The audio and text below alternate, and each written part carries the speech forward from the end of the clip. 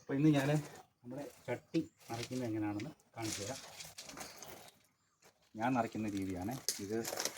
വിത്തുകൾ പാകാൻ വേണ്ടിയിട്ടാണ്, ഞാൻ പയറിൻ്റെ വിത്തുകൾ പാകാൻ വേണ്ടിയിട്ടാണ് ഈ ചട്ടി. അപ്പോൾ ആദ്യം കുറച്ച് ചെറിയ കട്ടകൾ എടുത്തതാണ്, മെറ്റൽ പീസസാണ്. അത് കഴിഞ്ഞിട്ട് പിന്നെ നമ്മൾ എത്രത്തോളം കരിയില ഉണ്ടാവോ അത്രയും കരിയിലൊക്കെ നിറയ്ക്കുക. കരിയില നമ്മൾ ചുറ്റി നിറയ്ക്കുക കരിയില.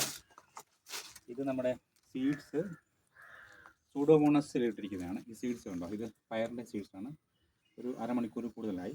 ഇത് കൈവിലെടുക്കരുത്, ഞാൻ കേട്ടതേ ഉള്ളൂ. അപ്പം അങ്ങനെയൊക്കെയാണ്. പിന്നെ ബാക്കിയുള്ളത് നമ്മൾ മണ്ണ് നിറയ്ക്കുകയാണ്. മണ്ണ്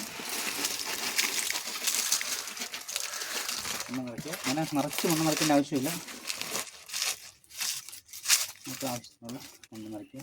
പിന്നെ കല്ലും കട്ടയൊക്കെ നീക്കുക. ഓക്കെ, കല്ലും കട്ടയൊക്കെ നീക്കുക. ഇച്ചിരി പശിമയുള്ള മണ്ണാണ്, അതുകൊണ്ട് നമുക്കിത്